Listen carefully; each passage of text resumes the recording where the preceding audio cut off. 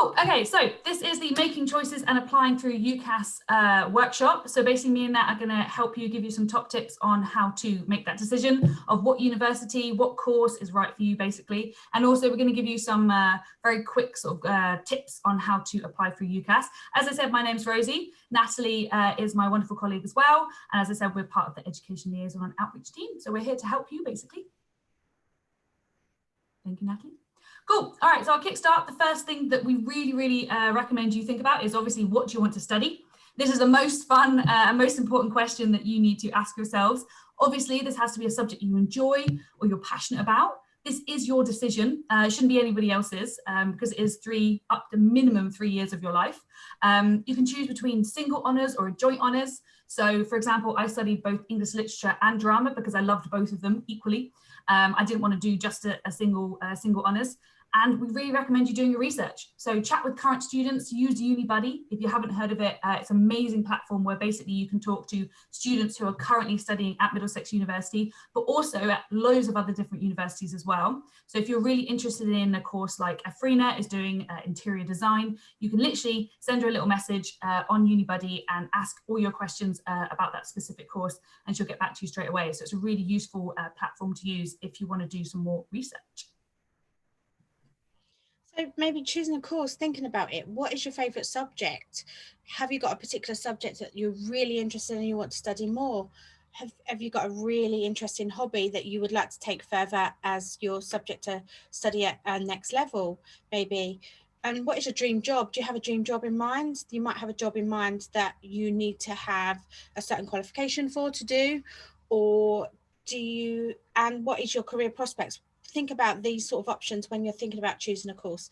And your work experience, you may have had some work experience when you was in year 12 or recently, or you've done some volunteering, or you mentor younger students. All of those sorts of things help you when choosing a course because it gives you experience in those particular areas. So it's really important that you think about all of these options when trying to choose a course. And then other things to think about when you're choosing a course is, do I actually need a degree to do that particular profession? Like if you wanted to be going to medicine, then you would have to go to university. If you wanted to be a nurse or you wanted to do dentistry, and some of the engineering courses and some of the science-based subjects, and if you want to be a vet or work in vet science, definitely need to go to get a degree whilst you're doing those. But there are other things that you may not need a degree in, and you could go the vocational route of study when you're working, maybe like in accounting, maybe managing, or maybe in the retail industry, those sorts of areas. So again, it's really important. Do I need that particular degree for that job? Cool. Unmute myself, almost my classic error of 2020. All right, so what are the benefits of a degree apprentice? So I don't know if you guys have heard of this before, but a degree apprentice is basically when you are doing an apprenticeship in a company and they actually sponsor you to do a degree. So they pay for your tuition fees essentially, and you're working and studying at the same time. So it's a really amazing way to do a degree. The benefits, there's loads of them. You don't have student debt as you don't pay the tuition fees, as I mentioned. You can earn a salary while you learn. There's amazing career progression opportunities. You can increase your earning potential, develop your capabilities at work as you study, and also most places offer a workplace mentor as well, so you can get really great guidance. You can also, obviously, if you're part of the university, you have access to all of our student community facilities, all of the student social clubs. You can really join the hub of that university. For example, obviously Middlesex Uni has got some amazing student clubs and societies that you can join. Obviously, you experience the benefits of doing that university learning environment, being in that environment basically. And you can also achieve a degree that's directly relevant to your chosen profession, and you're actually already working in that profession. So it's a really fantastic, symbiotic thing to do. As you can see there, there's some amazing little facts there. Obviously, the average salary is pretty good. I wish my average salary when I graduated was that. 90% of apprentices go straight into work or further training, and there's lots of course options to choose from. I would just say, obviously, because they are really a fantastic way of getting a degree, they are very competitive. So you really have to shine in your application. But as I said, we're going to talk a little bit about UCAS in a bit. So we can hopefully help you with some top tips. So when you're thinking about applying for UCAS, you have to make 5 choices. you can use the UCAS search tool, and you need to make sure that you're looking at the deadlines that we're going to talk about and how to apply. That's what we're going to look at now. And the cost of applying through UCAS is £26 for 5 choices, or for 1 choice is £20. All right, so what is UCAS? Well, it's not the most amazing sounding abbreviation, but it is standing for Universities and Colleges Admissions Service. So basically through UCAS, you can choose from 395 unis and colleges. So there's a lot, which is why we recommend you do your research. It also offers over 50,000 courses, and it's got all the information on it, and it's super simple and it's really well laid out as well. It's a really great website. You can have a look what kind of course that you want to do.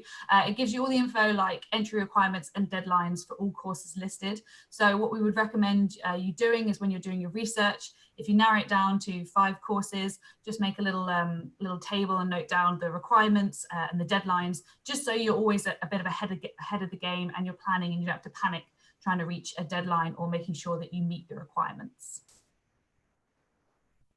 So to register with UCAS, if you're applying through your school or college, then you will need to get your school or college buzzword. Once you have that information, you can then set yourself up and get a personalized user ID and set yourself a password.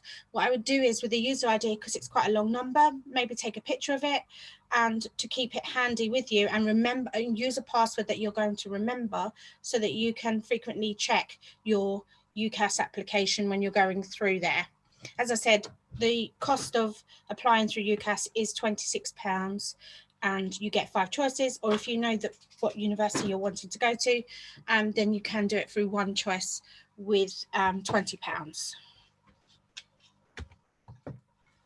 Cool. Okay, so when you have logged in to your UCAS Track account, you will see it's a little checklist on the left-hand corner, and it's basically really easy. It's step by step. You fill in each of the sections. Basically, we all know how to fill in forms. They're not particularly exciting, but you have to do it. Have to tick all the boxes. So you have to complete all the sections. You can do it in stages. You don't have to do it all at once. So you can complete a section, think, "Whew, I need a break for a couple of days," and come back to it at a later date. It's great for letting UCAS know if you need any special needs support, or if you have a disability, and then they can obviously make the universities aware when you're applying. You can state all of your education qualifications, even if you're taking all or part of the qualification, and just don't forget to save. Super important. Once you have completed a section or you're in progress of that section, just click save at the bottom is what we'd really recommend you doing. So once you have applied and you followed all the deadlines set by your school or college, you will then have access to something called UCAS Track. That's why I said you need to keep your password handy and your user ID, so that you can continue to keep checking on track where your applications are for each university of your choices, whether that be for, they may want further information, they may be inviting you to a test or an interview, or they may be making a decision on your application.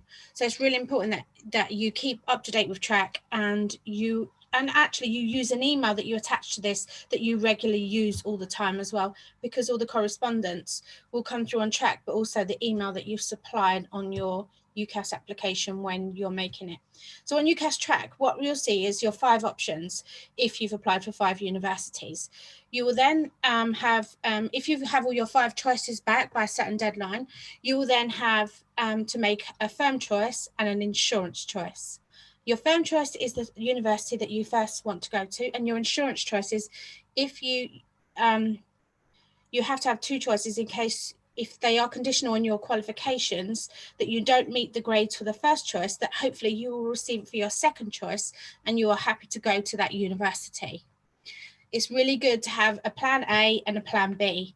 That's what I call it, so that you know that you're happy to go to either of the choices when you firmly accept and your second choice on UCAS.